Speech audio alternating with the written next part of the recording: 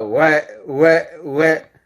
Mettez les cœurs pour Kokora. Oui, Kokora, il a coupé cette partie-là pour me sur ma page. Bravo à Kokora. Bravo à Monsieur Nzi Bena Kokora. Merci beaucoup pour ce débriefing. Alors, chers frères et sœurs, revenons même sur la question du dialogue politique. Le ministre Touré Mamadou nous a informé au cours du débat sur la radio RFI qu'il aura bientôt une rencontre entre Cap Côte d'Ivoire et le RHDP. Et voilà. Je vais faire écouter cette petite partie du ministre Touré Mamadou et nous allons revenir sur nos sujets. Merci beaucoup à Kokora. 25 partis politiques de l'opposition qui nous ont annoncé demi-million à ce meeting dont nous avons eu droit à 5 000 ou 3 000 personnes, selon RFI. On vient nous parler de la mobilisation. Monsieur Tidiane Thiam, qui continue toujours de mentir en disant que certains Ivoiriens ont dit que lui n'est pas Ivoirien et qu'il serait Ivoirien, dont nous allons écouter ici rapidement. On revient maintenant sur le meeting. Selon France 24, on va écouter ici. Non, ouais, c'est Charles Bleu Goudé qui a dit que nous, on n'a pas lassé des noms. On va venir sur Charles Bleu Goudé. Faut pas t'inquiéter, champion. On écoute ici le reportage de ce meeting. Les 5000 personnes ont répondu présent ce samedi à la place Figayo de Yopougon à l'appel de la coalition pour la tenance pacifique en Côte d'Ivoire. Ce grand meeting placé sous le signe du dialogue et de la non-violence visait à promouvoir l'apaisement politique à l'approche des échéances électorales. Le rassemblement s'est déroulé dans le calme, encadré sous la surveillance d'un... Ok, 5000 personnes à ce meeting. Monsieur Tidiane Thiam, ce menteur, ce pafloteur, qui nous a fait croire que lors d'un sondage dont nous ne savons pas, lui ont donné favori devant monsieur Laurent Gbagbo et monsieur Alassane Ouattara, et qui sera au deuxième tour avec le président Ouattara, parce que à chaque fois quand lui Tidiane Thiam, ils sont en France, les Ivoiriens l'accostent et on l'arrête partout. Et qui serait l'homme le plus populaire de la Côte d'Ivoire. Mais je suis étonné que monsieur Tidiane Thiam, hormis le COJEP de Charles Goudé et MGC de Simone, avec le FPI de Pascal en finissant, on a eu droit, selon RFI, à 4000 personnes. 4000 personnes, dont notre pré-congrès, dans le Bafing, chez Nadiani Bamba, l'épouse de Laurent Gbagbo, qui dit qu'elle est membre fondatrice du PPA Digbé de Merck, elle n'a même pas encore mobilisé une base du PPACI dans son Bafing. Nadi Bamba, qu'elle nous dit, il y a combien de militants du PPACI dans le Bafing? Nul, zéro. Alors que nous avons mobilisé presque 5 000 à 6 000 personnes dans le Bafing. Le même nom qu'ils ont fait à la Figayo, c'était pareil dans le Bafing. C'est-à-dire, si on prenait même le Bafing, pouvait battre cette opposition. Ça, c'est sans ajouter le Denguele, le Worodougou, parce que j'ai vu aujourd'hui le pré-congrès du Worodougou en passant par Bankono, et bientôt, il y a pour là, sans oublier pour Aboville, sans oublier pour Boaké, Gagnoa, etc., etc. Donc, moi, je résume le meeting de la coalition pour l'alternance pacifique à celle du Bafing. Quand on dit que Tidiane Thiam est l'homme le plus influent de la Côte d'Ivoire, l'homme le plus aimé de la Côte d'Ivoire, et qu'on organise un meeting où il y a près de 5000 personnes, vraiment, vraiment c'est poteau, mais il faut le dire. Imaginez-vous la marée orange du 14 juin 2025 à Paris, que le président Alassane Ouattara décide de venir. Je ne fais pas de commentaires. Imaginez-vous qu'Alassane Ouattara décide de participer à la manif du 14 juin 2025. Mais il n'aura pas de place.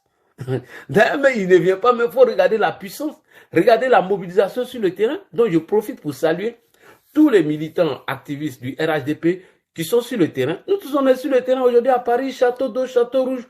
Tous les grains sont envahis. Ça, c'est sans oublier nos frères qui doivent venir de l'Italie, parce que j'ai entendu un frère dire sur le panel qu'ils n'ont qu'à emprunter leur cas, Eurocar, là. Non, frère, vous êtes en train de faire une erreur. Parce que les tarifs de Eurocar, là, ça varie. Est-ce que les gens ne peuvent pas faire des convois en venant de l'Italie en France? Moi, j'ai une proposition. En 2010, avant de venir sur le sujet, lorsque nous devons nous mobiliser pour les élections de 2010, lorsque les cartes d'électeurs et nos cartes d'identité sont arrivées, les pro-Gbagbo ont mal distribué les cartes électeurs et les cartes d'identité. nous qui étions à Varèse, ils ont envoyé nos cartes électeurs et nos cartes d'identité à Turin. Et ceux qui étaient à Turin, ils ont envoyé pour eux à Varèse. Varèse, c'est une petite province de Milan. Tellement nous étions bien organisés, tellement on a bien organisé les choses, dès que nous, on a réussi la carte électeur de nos frères et voisins qui sont à Turin, on a en même temps automatiquement trouvé un chauffeur pour envoyer à Turin là-bas. Et ceux de Turin ont ramené chez nous, à Varèse. Maintenant, tous ceux qui étaient à Varèse sont venus chercher leur carte électeur chez le grand frère Ahmed. Nous tous, on allait chercher notre carte électeur. Tous ceux qui étaient à Sesto Calende, on a trouvé quelqu'un rapidement pour les envoyer. Parce que Sesto Calende, tout ça fait partie de la province de Varèse, etc. Voilà comment nous avons distribué les cartes électeurs et nous sommes tombés d'accord. Le jour des élections, Cuneo seul a fait 2 cas, a rempli 2 cas. Cuneo, c'est une province de Turin. Cuneo seul a rempli 2 cas pour venir à Milan. Ça, c'est sans compter les convois de Turin. Ça, c'est sans compter nos frères qui devaient quitter à Novara, Vercelli et autres. Donc, on a envahi le coin. Puisque, à partir du centre, bon, il y a des gens qui étaient au centre à partir de Firenze et Boulogne, et ils ont décidé, certains ont voulu aller voter à Rome, ils sont partis à Rome. Mais nous qui étions à Milan, on a mis le paquet. Donc, pour tous les frères qui doivent quitter en Italie pour venir, moi, je pense que vous devez bien vous organiser, prendre un cas pour venir. Maintenant, du côté de l'île, il n'y a pas de souci. Je suis en contact avec nos sœurs qui est déjà qui est en rang de bataille. Donc, nous allons organiser ça pour venir, puisqu'ils vont venir me trouver ici, parce que moi, je serai là le week-end, je ne serai pas en province. Donc, bref, c'est pour dire à ces frères-là, organisez-vous pour que le convoi d'Italie soit bien organisé. Maintenant, quant à nos frères qui sont en Angleterre, eux, ils vont venir à la veille le vendredi. Ils vont tous nous retrouver ici, donc ne vous inquiétez pas. Donc, imaginez-vous le président Alassane Ouattara participer à ce meeting. Macron va crier « Waouh !» Depuis qu'il y a les manifestations de la diaspora, notre record de 2020 n'a pas encore été battu par quelqu'un. La préfecture de Paris a annoncé plus de 20 000 à 19 000 personnes. Que du jamais vu dans la diaspora. Et cette année, nous comptons battre le record de ce que nous avons fait en 2020. Donc, imaginez Alassane Ouattara à ce meeting. Il n'aura pas de place. Donc, M. Tidiane Thiam n'est qu'un menteur et un manipulateur. Voilà. Alors, on va revenir maintenant sur les propos de M. Tidiane Thiam. Il dit quoi?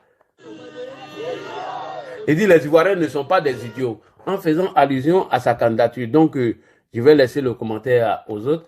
On va écouter ici Mme Simone Yves rapidement avant de passer à un autre sujet. Mme Simone Yves, on va l'écouter. Et de nous proposer un autre candidat. Ils ont de très beaux militants dans leur parti. Et donc, vraiment, je demande au parti RHDP de revoir sa copie et de nous proposer un autre candidat. Ils ont de très beaux militants. Merci beaucoup. Madame Simone Yves, de grâce, faites vos propositions à votre mari et au PDCI RDA. Nous avons un frère de la sous-région, je crois qu'il doit être du Togo ou du Bénin, a fait un commentaire sur la stratégie de cette opposition. On fait ça rapidement et puis je vous donne l'antenne. Ivoirienne, c'est comme l'opposition dans certains pays que nous connaissons. C'est des rassemblements opportunistes, occasionnels. Toi et moi, on fait une alliance juste parce que nous deux, on ne veut pas sa tête. C'est pas parce que nous avons les mêmes convictions, nous partageons les mêmes projets ou les mêmes programmes. Effectivement. Mais juste parce que sa tête ne nous plaît pas. Allez, on devient allié politique. Voilà. On ne fait pas la politique avec les émotions. Effectivement. L'opposition ivoirienne fait ce que je dis, ce qu'on a vu dans d'autres pays. Quand on dit élection arrive, tout le monde est devenu allié de tout le monde parce qu'en face, on a quelqu'un dont nous partageons la haine. On ne l'aime pas. Voilà. Donc, comme on ne l'aime pas, on doit se mettre ensemble pour le déboulonner. OK. La manœuvre de l'opposition ivoirienne aujourd'hui, moi, quand je regarde ça, ça me fait pitié. Et je me dis, mais si j'étais Ouattara, le président Ouattara, je suis tranquille. En tout cas, je suis tranquille. Ok, merci. Je reviens rapidement sur un commentaire de M. Atu Banga lorsque il disait que M. Tidiane Thiam a dit que la politique était un rapport de force, donc il fallait organiser ces meetings pour faire reculer l'État de Côte d'Ivoire ou le régime RHDP. Alors, M. Atubanga, merci beaucoup d'avoir attiré notre attention sur ces faits. Et c'est dans la même stratégie-là que le PPA s'est inscrit. Leur mouvement trop, c'est quoi? C'est de créer le rapport de force entre eux et le gouvernement RHDP, afin de créer une crise d'où on chasse Alassane Ouattara au pouvoir, ou on va dans une crise, voilà, dans une transition, où on doit partager le pouvoir avec eux. C'est dans cette optique que le trop c'est trop a été créé par M. Laurent Gbagbo. On va manipuler les gens, on va mentir aux gens afin de les bloquer et les chauffer à bloc et les jeter dans la rue. C'est ce qui est leur stratégie. La deuxième stratégie, Johnny Pacheco nous a déjà dit, que de s'apprêter que le jour l'AES viendra faire la guerre avec nous, nous devons accepter cette guerre-là. Mais moi, j'attends qu'Ibrahim déclenche cette guerre. Lui-même n'a pas encore fini de régler ses problèmes. C'est lui qui va venir déclencher une guerre. Donc, bref, cette opposition, ils sont dans leur rôle et leur stratégie. Alors, nous allons maintenant terminer.